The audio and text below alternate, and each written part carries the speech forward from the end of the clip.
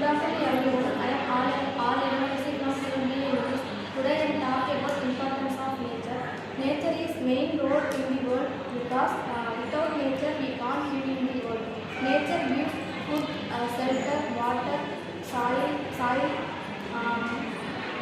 and environmental in the surroundings. Nature is also very important because nature also creator and nature also destroy. Nature creates trees, plants, animals, humans. Humans also breathe. We release oxygen and absorb carbon dioxide in the environmental situation. Rivers, lakes, oceans and give water supply for the all areas. They use humans.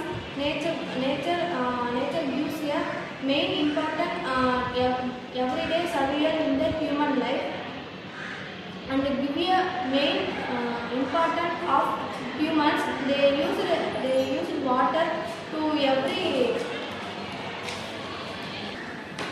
supply water for drinking, agriculture, using in many humans.